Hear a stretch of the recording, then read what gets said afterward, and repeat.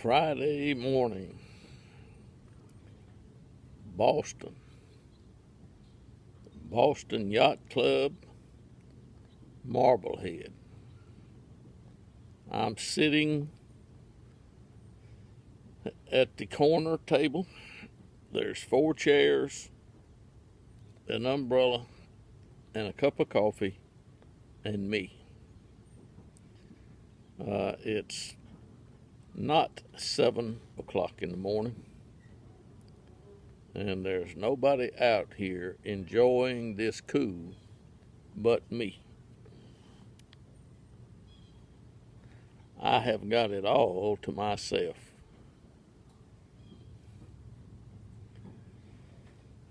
And all of the boats that are in front of me, which are more than I can count,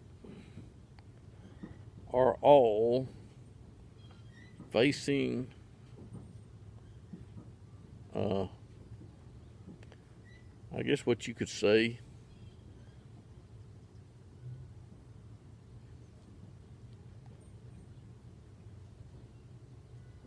the way that the breeze blows. In other words, I'm looking at the way they got them tied off, and they must have it, pretty much fixed so that no matter which way the wind blows, none of the boats, will beat each other to death. So that's why I'm going to think that all of the boats are facing the same way. It's because of the wind. Yep. I wonder which way the wind will blow today. Where does the wind come from? Where does it go?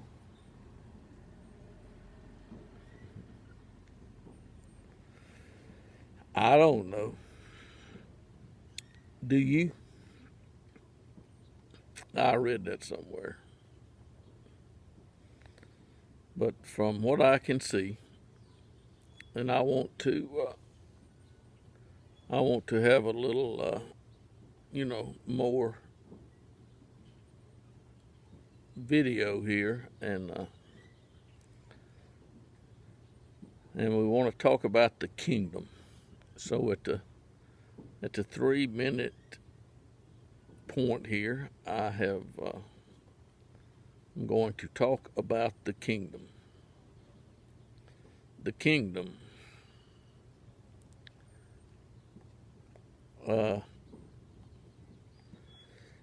I'm living in the kingdom. I'm not in the United Kingdom. But there is a very large kingdom. And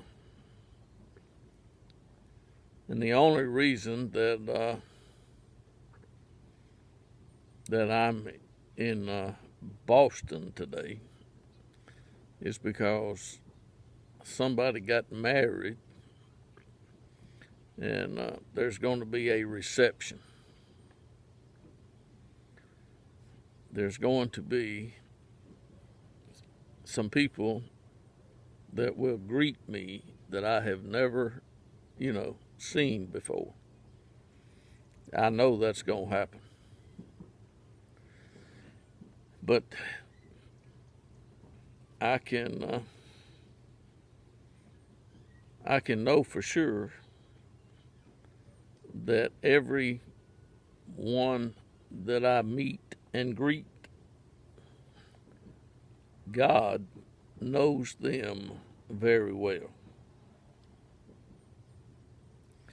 And they probably don't know God, or may not know God at all. That's just how it is. But I am here at the Boston Yacht Club, and I'm thinking about a few years back, a couple of thousand. I mean, you can date, some generations back thousands of years.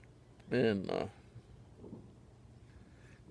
just going back 1,000 years or 2,000 years.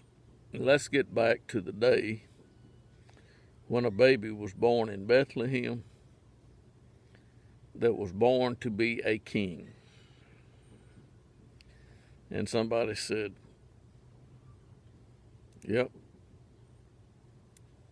but he got killed and he never got to be the king. He did get killed, but he will get to be the king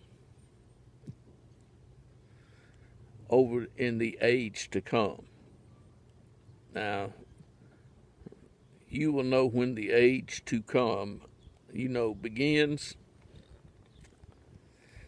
because it hasn't begun yet, as some surmise. They think that he was born to be a king, and he is now king. And that'll be argued. I mean, just because, I was born to be the king, you can't be the king until you get to sit on the king's throne. And as of today, Jesus has only been able to sit with his Father on his throne. And his Father has promised him a throne, but it's kind of like, an heir to some property.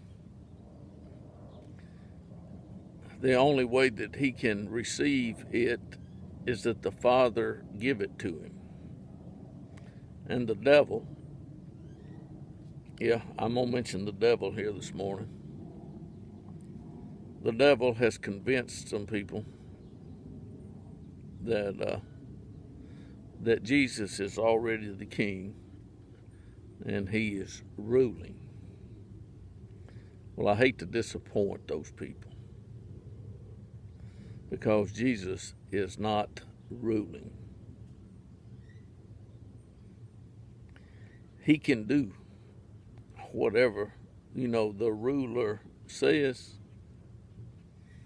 And the devil has taken the words that people read in a book and corrupted them tremendously.